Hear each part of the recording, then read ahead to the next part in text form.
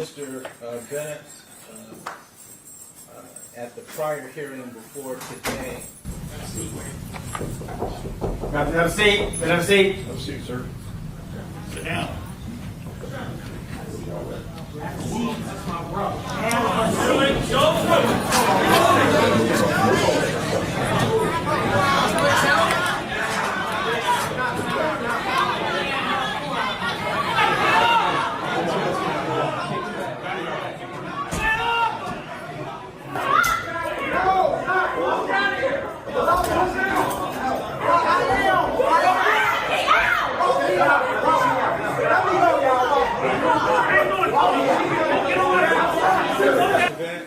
Was that the defendant's blood brother? Not to my knowledge, Your Honor, no. No. Okay. Good morning, Mr. Hinton. Good morning. Thank you. You're right. Thank you. Thank you. He had been coming from 801 Lynn Street, Okay. which is where the Cincinnati Police Department's criminal investigation section is located. Okay, and is that abbreviated CIS? It is. He was at CIS to meet with CPD officials to review body-worn camera footage related to an incident that had occurred the day prior. His son had been shot by a Cincinnati police officer. Approximately what time did he view that video? Shortly after 9:30 that morning. So he left the parking lot, I believe, shortly after about 10:30. He went to a couple of different locations and then later returned. 12:40 he returned to our lot. Were you able to speak to the people or some of the people or family members that he was with when he was at CIS? They said that he was upset, was agitated, and they were concerned enough about his emotional state that they did not want him driving, which is why the first time that he was there, when he left, he actually left with family members, not driving the car that he had driven to that location. After he came back to pick up the car, he actually left the parking lot, followed by some family members in another car, and then a few minutes later returned to the parking lot, drove through the parking lot, and then left the parking lot again. That was at approximately, I believe, around 12:49 that he left the lot the last time. From there, proceeded up to the Clifton neighborhood. And where was Deputy Henderson working on this day? He was engaged in traffic control duties.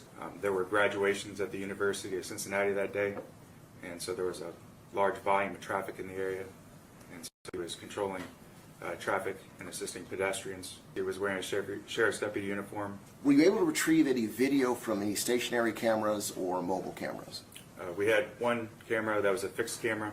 That camera captured them turning from Clifton Avenue onto West Martin Luther King Drive. We also had the opportunity to view camera from a vehicle that was in traffic, and it did capture the incident. Okay. He pulled into that center lane, the median, turns into the turn lane, and stopped. There were no other cars in front of him at that point. No obstructions. The vehicle accelerated quickly, crossed into the oncoming lanes of traffic, went to the left through the intersection, directly at where Deputy Henderson was standing, struck Deputy Henderson and the metal utility pole on the northeast corner of the intersection. Were there any evidence of skid marks?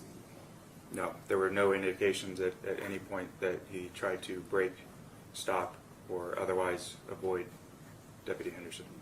Deputy Henderson was launched several feet through the air. He came to rest in a turn lane several feet from where the collision occurred. Was there anyone who was in the car with the defendant? No, he was the sole occupant of the Ford Focus. Okay, so is there any doubt that he was the driver and operator of that vehicle at that time? No, none at all. On behalf of the Hinton family and myself, prayers to the Hinton family, prayers to the family of Larry Henderson, the fallen deputy, and I thank the court for having a fair assembly in the courtroom today. With that, I'd like to ask you a few questions, not a lot, okay? So, Do you know the mental history of Mr. Hinton?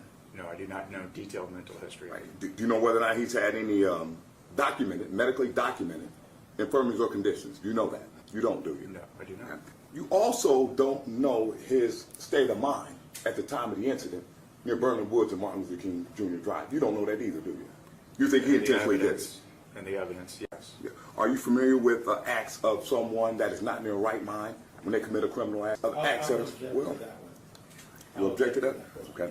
You don't know whether or not he was in his right mind at the time that he encountered Deputy Henderson. I would object again, Your Honor. Well, Asked and answered a couple times. It's a different question. Judge, one of the factors with respect to the Ohio Revised Code and detaining a person with no bond is his mental condition. And in making that opinion about whether or not it's intentional, you need to know the mindset or the mens rea of the person that you're claiming intended to do this. Was he in his right mind? That's relevant with respect to your bond I'll determination. sustain the objection. I'm not saying that my client didn't try to intend to do this. That's not my position.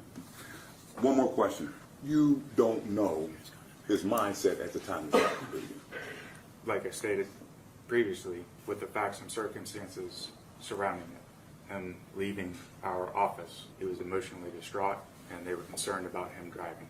No further questions, Judge. You do recognize that under the statute that the court must allow the defendant to make a statement at this hearing if he wishes. That is my understanding, and that's a right I don't wish to exercise on behalf of my client. I don't want him to speak. Is that right, Mr. Hinton?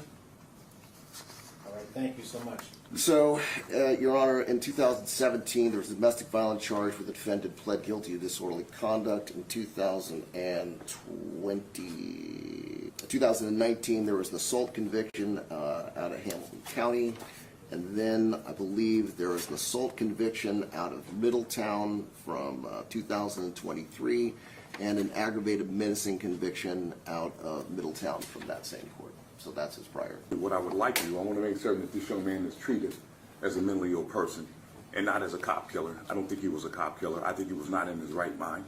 And I think he should be treated like any other mentally ill person that commits a crime under the auspices, control, and authority of a mental defect in a condition. That's what we have in this case. Strong family ties. His family retained me. He lives with his significant other and his children. There is a giant mental health issue, and I would ask that whatever bond, whether it's a no bond or a monetary bond, I would ask that it be coupled with or inclusive of a requirement that he have mental health treatment. I was physically present with the defendant over the weekend. I think he has mental issues. I think the conduct in question is classic mental illness criminal conduct. It's always intentional, it's bold, and it's conspicuous. No intent to hide what they did because they think that what they're doing is right, and they think that what they're doing is right because they're not in their right frame of mind. I cannot recall, either in experience or outside experience, a case that I've ever seen like this.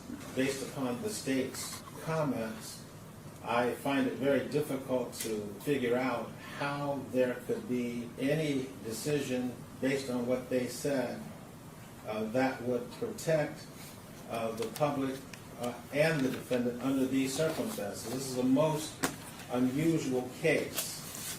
I don't disagree with you, Judge, with respect to the no bond. Thank you so much. There will be an order of remand with no bond. Please assure the safety of the defendant and any mental health treatment that can be granted. No bond.